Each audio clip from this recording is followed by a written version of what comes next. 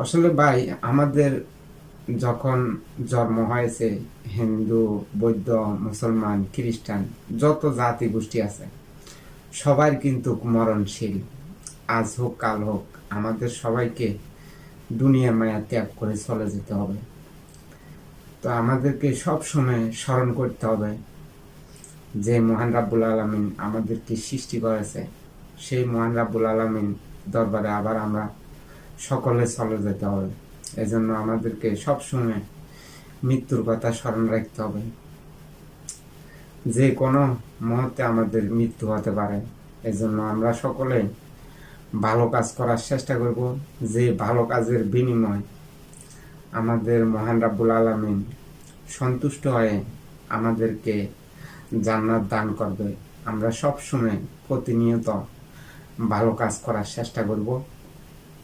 আর আমরা সকলে সচেতন থাকব, কারণ আমরা যদি সচেতন না থাকি আমরা যে কোনো মুহূর্তে বিপদের সম্মুখীন হওয়ার সম্ভাবনা থাকে।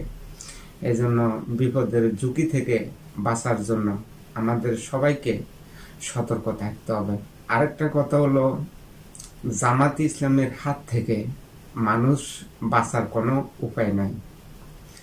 দেখেন, আমরা যখন জন্ম নিয়েছি, আজ হোক কাল হোক আমাদেরকে মহান রাব্বুল আলামিনের ডাকে সাড়া দিয়ে চলে যেতে হবে। এই জিনিসটা কিন্তু বাস্তব। এখন জামাত ইসলামের যদি কেউ সমালোচনা করে, তার কোনো বাঁচার আর উপায় নেই, তাকে মৃত্যুবরণ করতে হবে। জামাত ইসলামের অন্যায়ের বিরুদ্ধে কেউ যদি প্রতিবাদ করে, তারা সেটা মানিয়ে নিতে পারে না, কারণ তাদের সেটা মানে নেওয়ার মন মানসিকতা নাই। এই কারণে জামাতের হাত থেকে বাংলাদেশের কোনো মানুষ নিরাপদ না। সব মানুষ বিপদের সম্মুখীন হওয়ার সম্ভাবনা আছে। আপনি যদি জামাত ইসলামও করেন, তারপরেও আপনার বিপদ আসার সম্ভাবনা আছে। কারণ আপনি যখন জামাত ইসলামী করবেন, জামাত ইসলামের কর্মকাণ্ডগুলো আপনার যখন চোখে পড়ব, যদি অন্যায় করে, আপনি প্রতিবাদ করতে গেলে আপনিও বিপদের সম্মুখীন হওয়ার সম্ভাবনা আছে। আপনারও মৃত্যু অবধার্য জামাতের হাতে। তো এই জন্য বাংলাদেশের সচেতন নাগরিক যারা আছেন, জামাত ইসলাম থেকে একটু দূরে থাকবেন। জামাত ইসলামী বলতে আছে বাংলাদেশের ভিতরে ইসলাম প্রতিষ্ঠিত করব। তারা কোন ধরনের ইসলাম প্রতিষ্ঠিত করতে চায়? তারা কি নিজেদের মন গড়া ইসলাম প্রতিষ্ঠিত করতে চায়? আমার মনে হয় তারা তাদের নিজের মন গড়া ইসলামে প্রতিষ্ঠিত করতে চায়। আমাদের প্রিয় নবী হযরত মুহাম্মদ সাল্লাল্লাহু আলাইহি সাল্লাম ইসলাম প্রতিষ্ঠিত করে দিয়ে গেছেন। আমরা সেই ইসলাম অনুসরণ করি, আমরা আমাদের কার্যক্রম পরিচালনা করব, আমাদের জীবন গঠন করব। এটাই হলো ইসলামের আদর্শ। তো আমি যখন ভালো কাজ করব, নামাজ পড়বো, রোজা রাখবো, আল্লাহর ইবাদত করব, এটাই হলো ইসলাম। এখন জামাত ইসলামী কোন ধরনের ইসলাম প্রতিষ্ঠিত করতে চায়?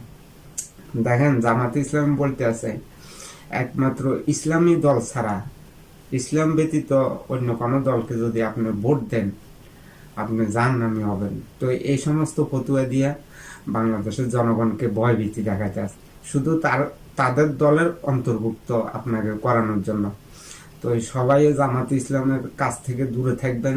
তারা আসলে তাদের আদর্শ বাস্তবায়ন করতে চায়, তাদের মন গড়া ইসলাম প্রতিষ্ঠিত করতে চায়।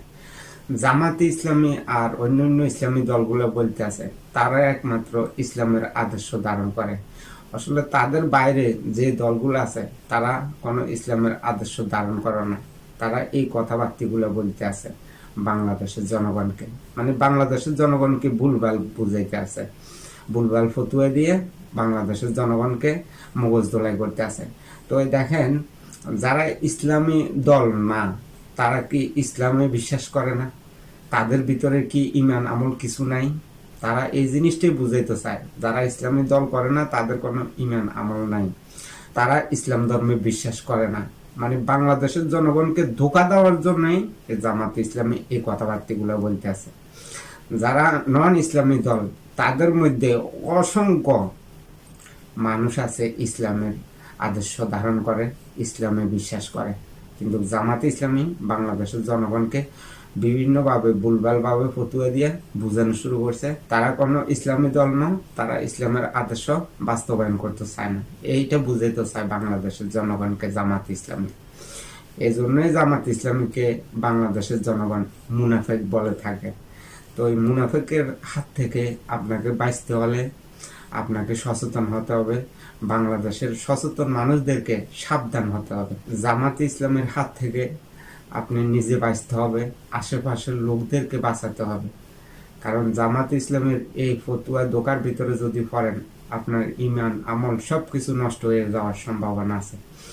এজন্য সবাইকে সচেতন হতে হবে। সচেতন নাগরিকদেরকে বাংলাদেশের জনগণকে বুঝাতে হবে যে জামাত ইসলামী কোনো ইসলামী দল না, তাদের কোনো আদর্শ নাই।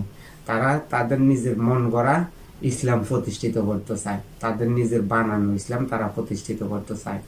তাদের আধিপত্য বিস্তার করার জন্য বাংলাদেশের জনগণকে ভুলভাল বুঝানি শুরু করছে। এই জন্য জামাত ইসলামের কাছ থেকে সবাই দূরে থাকবেন।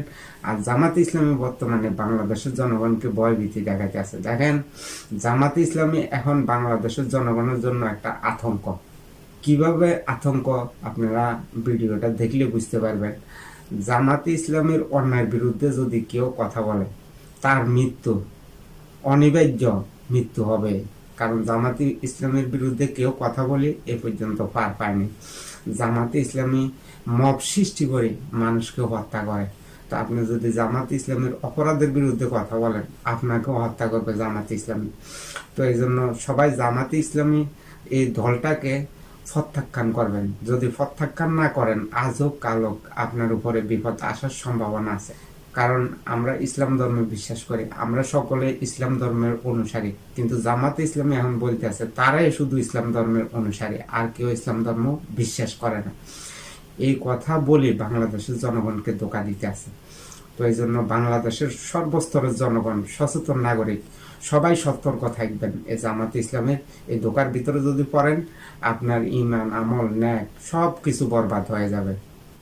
ইবলিশ শয়তানকে ইবলিশ শয়তানের অনুসারীরা অন্ধভাবে বিশ্বাস করত। না জানি না বুঝি বিশ্বাস করার কারণে ইবলিশ শয়তান এর অনুসারীদেরকে ইবলিশ শয়তানে জাহান্নামে নিয়ে গেছে। তো এখন যারা জামাতে ইসলামের অন্ধভক্ত আছেন, আপনাদেরও পরিণতি একই হওয়ার সম্ভাবনা আছে। কারণ কাউকে অন্ধবিশ্বাস করা যাবে না। একমাত্র অন্ধবিশ্বাস করা যায় আমাদের প্রিয় নবী হযরত মুহাম্মদ সাল্লাল্লাহু আলাইহি সাল্লামকে। দেখেন, আল্লাহ তাআলা আমাদেরকে নির্দেশনা দিয়েছে ভালো কাজ করার জন্য। ভালো কাজ যখন আমরা করব, তখন আমাদের ঈমান আমল সবকিছু ঠিক থাকবে। আমরা যখন 5 ওয়াক্ত নামাজ পড়ব, আল্লাহর ইবাদত করব, মানুষকে আপদে বিপদে সহায়তা করব, মানুষের যে কোনো কাজে কর্মে আমরা সহায়তা করব, তাহলে এটা হলো আল্লাহর ইবাদত। কিন্তু এখন জামাত ইসলামী বলতে আছে জামাত ইসলামের দাঁড়িপাল্লা ভোট দেওয়া নাকি আল্লাহর ইবাদত, জামাত ইসলামের দাঁড়িপাল্লা ভোট দেওয়া নাকি আল্লাহকে ভোট দেওয়া। তারা এই সমস্ত কথা বলতে আছে, আল্লাহর সাথে ভেদাত করতে আছে তারা। তো বাংলাদেশের সর্বস্তরের নাগরিক এই জামাত ইসলাম থেকে দূরে থাকবেন।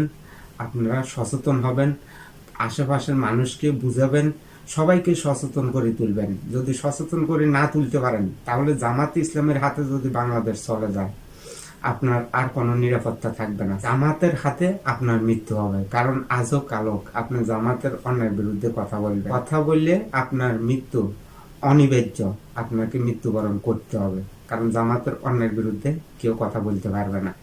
কারণ জামাত চাই এই আইনটি প্রতিষ্ঠিত করার জন্য। এই জন্য বাংলাদেশের সর্বস্তরের নাগরিকদেরকে বুঝাতে হবে জামাতের বিরুদ্ধে, যে জামাত আসলে বলতে আছে যে ইসলামের আদর্শ বাস্তবায়ন করব, ইসলামের আইন অনুসারে রাষ্ট্র পরিচালনা করব। আসলে এগুলো সব ধোঁকাবাজি। কারণ জামাত ইসলামী যদি রাষ্ট্র পরিচালনার দায়িত্ব পায়, তাদের মন গড়া ইসলাম অনুসারে রাষ্ট্র পরিচালনা করব।